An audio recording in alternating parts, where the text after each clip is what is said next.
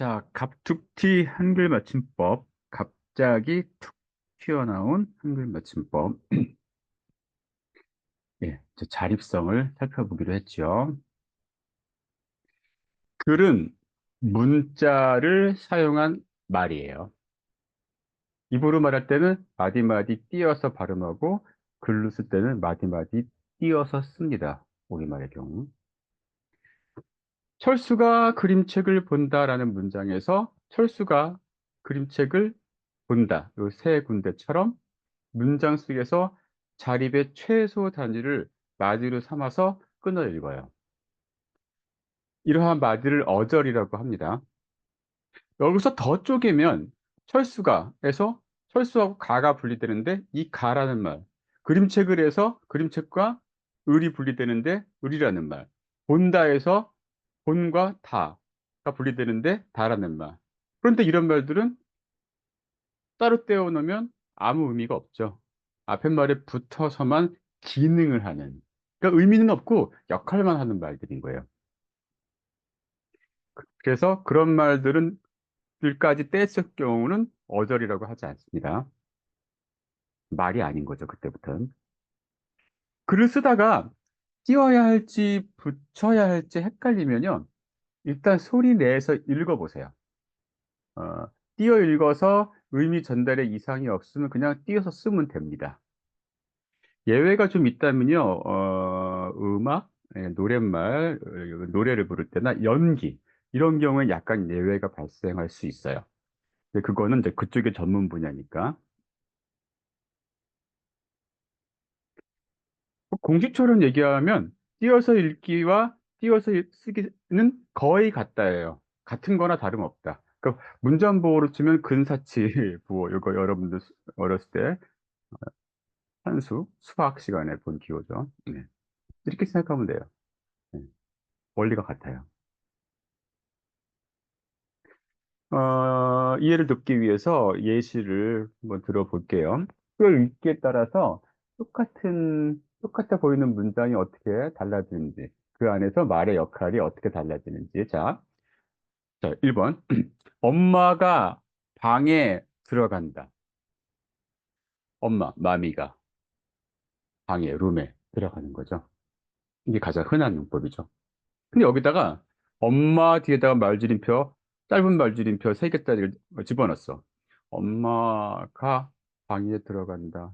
그러면 엄마라는 말의 끝을 잠시 끌다가 계속 말하는 상황이 되는 거죠. 그렇게 읽어야 되는 거죠.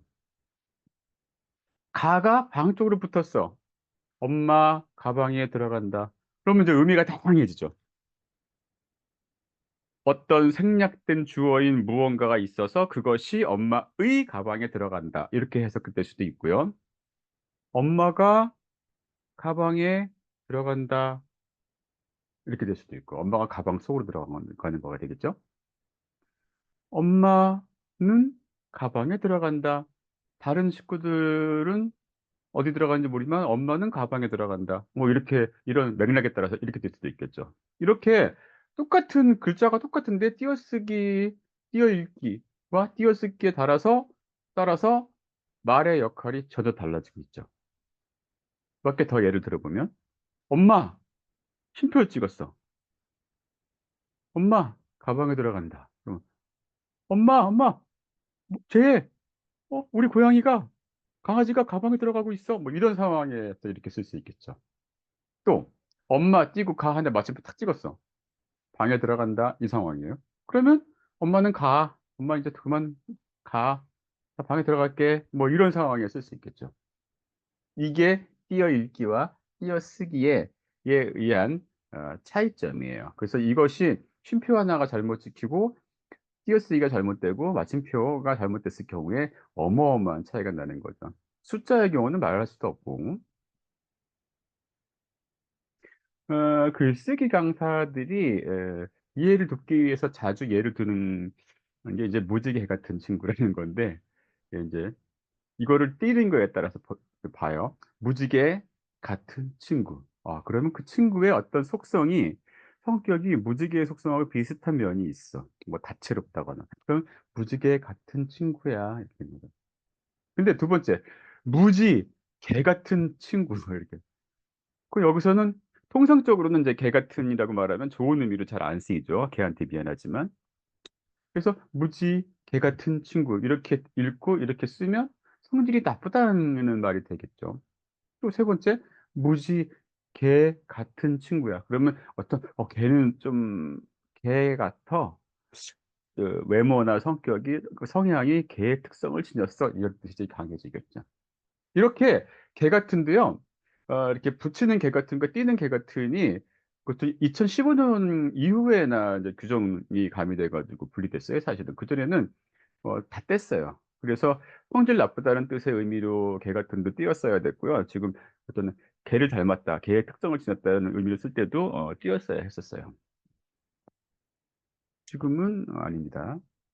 띄는 경우와 붙이는 경우가 달라요.